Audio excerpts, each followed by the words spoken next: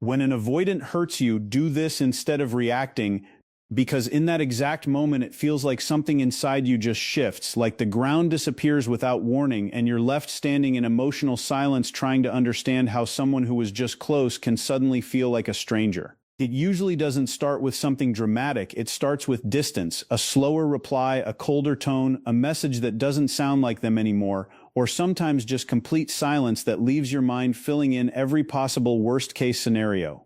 And what makes it so powerful isn't even the event itself, it's the way your body reacts before your logic even gets a chance to speak. Suddenly you're checking your phone more than you should, rereading old messages, trying to find hidden meaning in words that were never meant to confuse you, and without realizing it, you're slipping into a version of yourself that is no longer calm, no longer centered, just reactive. Before anything else, if you've ever felt that pull, the urge to chase clarity when someone pulls away, just take a second and consider subscribing, because what we're breaking down here isn't just behavior, it's patterns that repeat in almost every avoidant connection, and once you see it clearly, you stop falling into it the same way again. And the first reaction you almost always regret is the one that feels the most natural in the moment. You reach out more, you try to fix the distance with words, explanations, emotional honesty that you think will bring them back closer. You might send that long message trying to express everything at once, or you might do the opposite and start sending small signals just to test if they're still there. But what's happening underneath all of this is not communication, it's emotional urgency. It's your nervous system trying to restore safety by pulling the other person closer, even if pulling them closer is exactly what pushes them further away. And the painful irony is that while you're trying to save the connection, your reaction often becomes the very thing that increases the distance, not because you're wrong for feeling deeply, but because you're reacting from panic instead of stability. In that state, every action feels justified, but later when things go quiet again, you're left replaying everything you did, wondering why it didn't work, and that's where the cycle starts to tighten around you. And the part that almost nobody explains clearly is why this behavior feels so personal when it usually isn't. When an avoidant pulls back, it can feel like rejection, like something about you triggered it, like you said too much or not enough or somehow failed to maintain whatever balance was there before. But what's often happening is far less about you and far more about their internal wiring around closeness and emotional intensity. For many avoidant patterns, closeness itself activates discomfort, not because the other person is wrong, but because intimacy feels like pressure, expectation, or loss of control. So when you start feeling their distance, your mind immediately translates it into self-blame, while their system is often just trying to regulate overwhelm. This mismatch creates a painful loop where one person pursues connection harder and the other steps back further, and both end up interpreting the other's behavior as proof of something negative, even though it's really just two different emotional systems colliding without understanding each other. And this is where the emotional trap begins to fully form without you even noticing it, because once that distance appears, your attachment system doesn't interpret it as neutral, it interprets it as threat. Not a logical threat, but an emotional one, the kind that triggers urgency, overthinking, and the need to restore connection immediately. Suddenly your thoughts stop being calm observations and start becoming spirals. You start analyzing tone, timing, patterns, past conversations. Everything becomes evidence for or against whether you still matter to them. And the more uncertain it feels, the more your brain tries to solve it, even when there is nothing concrete to solve. This is the point where you're no longer just in a relationship dynamic, you're inside a nervous system response that is trying to protect you, but ironically pushing you into actions that increase your distress. And beneath all of this, something very important is happening that most people never realize until later. Your nervous system is getting hijacked. It's not just overthinking in the casual sense, it's a biological response designed to detect disconnection and restore attachment. Your body starts behaving as if emotional distance is danger, which is why it feels so uncomfortable to simply do nothing. Stillness feels wrong, silence feels loud, waiting feels unbearable. So you act, you reach, you try to regain control through contact. But in doing so, you unknowingly reinforce the very dynamic that creates more instability. And the hardest truth in all of this is that the moment you understand this pattern is the exact moment you gain the ability to step out of it. Not by shutting your feelings off, but by learning not to let them drive every decision in real time. And once you see that nervous system response for what it is, something uncomfortable but important becomes clear. Most of the damage doesn't come from the other person pulling away, it comes from what you do in the first few hours after that shift. Because there's a very specific window where your emotions are at their peak intensity, where everything in you wants resolution right now, and in that window the choices you make tend to set the entire direction of the dynamic. The biggest mistake is believing that immediate action will create clarity, when in reality it usually creates more confusion. That's why the first thing you absolutely shouldn't do in the first 24 hours is try to force emotional resolution. No chasing, no emotional essays, no trying to decode their silence through indirect posts or testing behavior, and no attempts to lightly re-enter their attention just to see if they respond differently. Because in that heightened state, even your most well-intended message is not coming from clarity, it's coming from emotional pressure. And anything built on pressure rarely creates connection, it creates resistance. Instead, what feels counterintuitive but powerful is what silence actually does when it's used correctly. Not the kind of silence that is passive-aggressive or used to punish, and not the kind that comes from emotional shutdown, but the kind that is intentional enough to interrupt the cycle. Silence in this sense is not about winning anything or proving anything. It is about stopping the emotional escalation long enough for your system to settle back into itself. Because right now, every reaction is feeding a loop. Your urgency increases their distance increases your urgency, and the only way that loop breaks is when one side stops feeding it. Silence becomes the reset point, the space where your thoughts stop reacting to every imagined meaning and start returning to reality instead of fear-based interpretation. And in that space, something shifts that feels almost unfamiliar at first. You begin to feel your own presence again, not just the relationship noise in your head. And while you're in that silence, something else starts happening that most people completely miss. You begin to see what they actually notice when you stop reacting. At first, it may feel like nothing is changing on their side. No immediate apology, no sudden clarity, no emotional return. But underneath the surface, the dynamic is adjusting in ways that are not immediately visible. Because when someone is used to a pattern where distance is followed by pursuit, and suddenly that pursuit disappears, the emotional system on the other side registers the change even if it doesn't show it right away. Not necessarily as loss, but as difference. The pattern they were unconsciously relying on is no longer playing out in the same predictable way, and that unpredictability creates awareness even if it doesn't instantly create action. The key point here is not to assume what they are thinking, it's to understand that your lack of reaction removes the automatic script that both of you were stuck in, and this is where the difference between reacting and responding becomes the most important shift in the entire experience. A reaction is fast, emotional, and rooted in fear of disconnection. It tries to solve discomfort immediately, even if the solution is temporary. A response, on the other hand, is delayed enough to include awareness. It doesn't ignore emotion, but it also doesn't obey it blindly. Reaction says, "Fix this now or I will lose them," while response says, "I feel activated, but I don't need to act from this state." That distinction might sound small, but in real dynamics it completely changes the emotional tone of everything that follows, because reaction builds chaos and response builds stability, even if nothing else around you changes immediately. And the reason avoidant withdrawal feels so intense is because it often comes right after closeness, not instead of it. There's a specific emotional mechanism at play where intimacy creates a kind of internal pressure, and once that pressure reaches a certain threshold, withdrawal becomes a way to regain balance. It's not always conscious, and it's not always logical, but it follows a pattern. Closeness builds, emotional intensity rises, internal discomfort increases, and distance becomes a form of relief.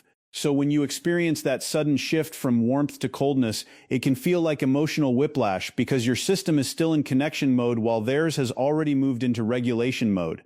And without understanding this difference, both sides start misreading each other completely.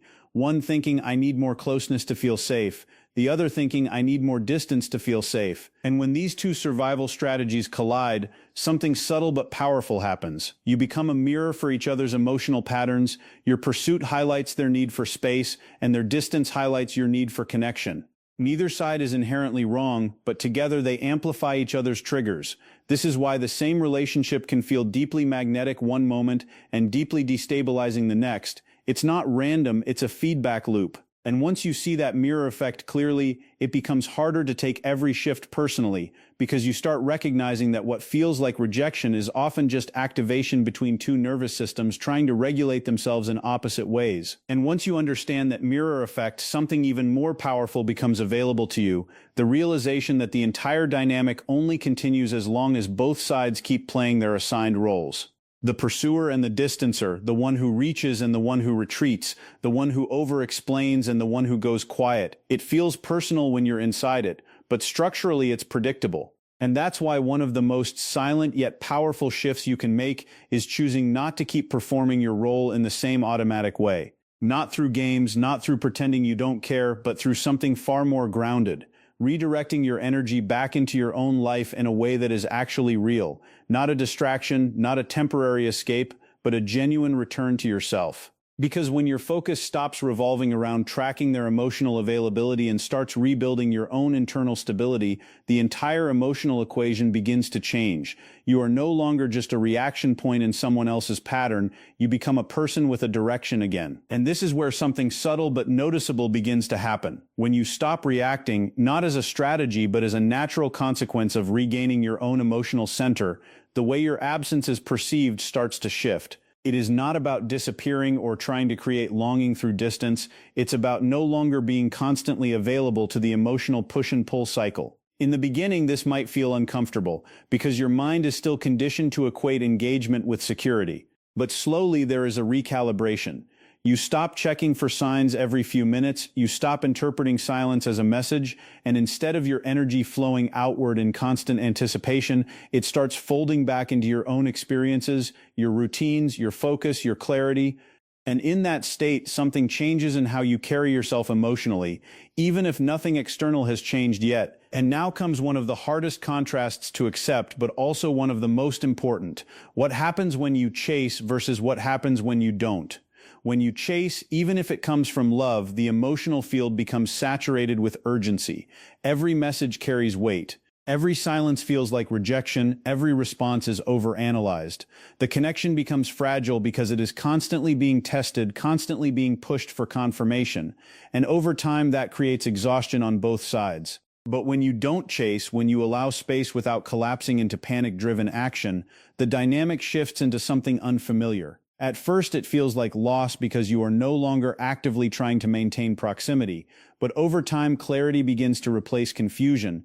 You start seeing the relationship not just through emotion but through pattern, and in that clarity, you finally get to observe whether there is real consistency or just intermittent connection that only survives under pressure. And this leads into a much harder truth about compatibility that most people avoid acknowledging while they are still emotionally attached. Not every connection that feels intense is meant to become stable. Some dynamics are built around emotional contrast rather than emotional alignment. One person moves toward closeness when they feel safe, the other moves away when they feel close, and both are unintentionally reinforcing each other's deepest fears. And no amount of effort can fully convert a mismatch in emotional regulation into effortless security. That doesn't mean growth is impossible, but it does mean that both people have to actively participate in changing the pattern, not just one person carrying the emotional responsibility while the other stays unchanged.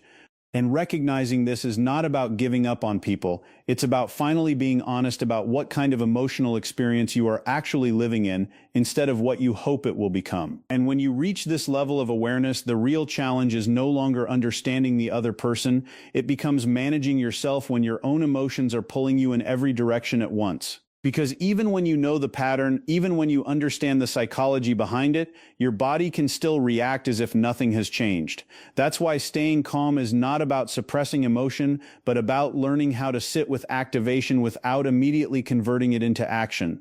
It means noticing the urge to reach out without obeying it instantly. It means allowing discomfort to exist without turning it into a message, a confrontation, or a reaction. And slowly over time, your system learns something new. That emotional intensity does not always require immediate resolution.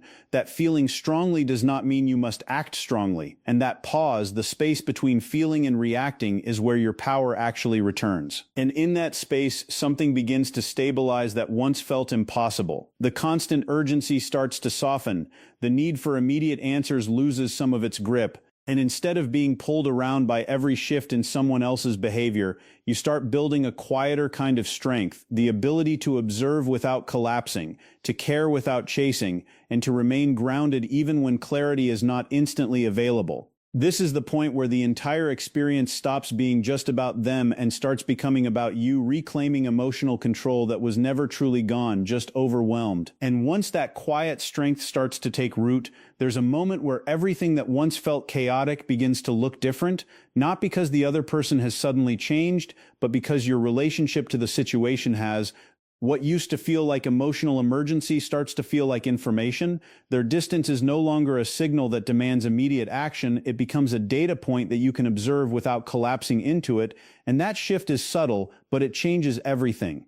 Because now, instead of being inside the storm, you're standing just far enough outside of it to see the pattern repeating itself without getting pulled under every wave. This is where emotional independence begins, not when you stop caring, but when caring no longer controls your decisions in real time. And if reconnection ever happens, this is where discernment becomes your most important tool. Because not every return is the same, even if it looks similar on the surface. Some returns come with clarity, accountability, and a noticeable shift in behavior that shows emotional growth has actually taken place. But others come from discomfort, loneliness, or the simple reactivation of a familiar bond that still operates under the same old pattern. And the difference is not always visible in words, it is visible in consistency, in whether the same cycle begins again shortly after, or whether something genuinely feels more stable, more paced, more mutual. And the version of you that has gone through this shift is no longer reacting to the emotional high of someone returning. You are observing structure now, not just emotion. You are paying attention to whether actions match presence, not just whether words sound comforting in the moment. And that leads into a new standard that quietly begins to form within you, even if you don't announce it to anyone. You stop treating confusion as something you have to endure in order to keep a connection alive. You stop normalizing emotional inconsistency as something you just have to adjust to. Because once you've seen the cycle clearly, once you've felt how draining it is to constantly self-regulate around someone else's unpredictability, you can no longer unsee it. And this doesn't make you cold, it makes you precise. You begin valuing clarity over intensity, consistency over chemistry that only shows up in bursts, and emotional safety over emotional guessing games. And slowly, without force, your tolerance for uncertainty in relationships starts to shrink, not out of fear, but out of self-respect. And perhaps the most important shift in all of this is what happens inside you when the urge to react finally loses its dominance. There will still be moments when something triggers you, when silence feels heavy again, when old patterns try to pull you back into urgency.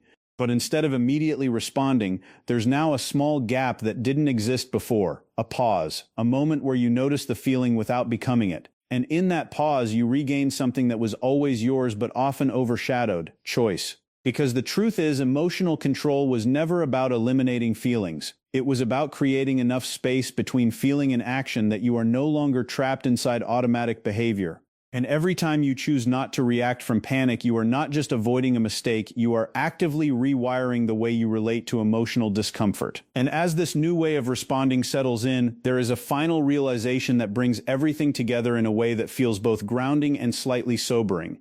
You start to understand that healing in these dynamics is not about finally getting a different reaction from someone else. It is about no longer abandoning yourself in response to their reaction at all.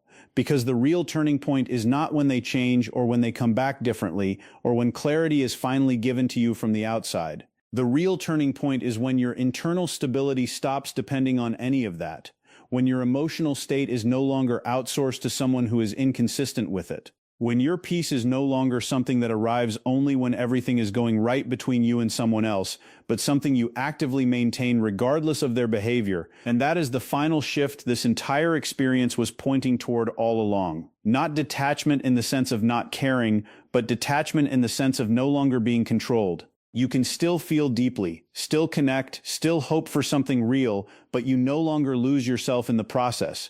You no longer chase clarity at the cost of your dignity. You no longer confuse anxiety for love. Instead, you learn to observe, to pause, to respond rather than react, and to recognize when a connection is aligned with your emotional safety and when it is simply activating your fear of loss. And once that awareness is fully in place, even if the same patterns show up again in your life, you will no longer enter them the same way. because the version of you that reacts from panic is no longer the one leading your decisions.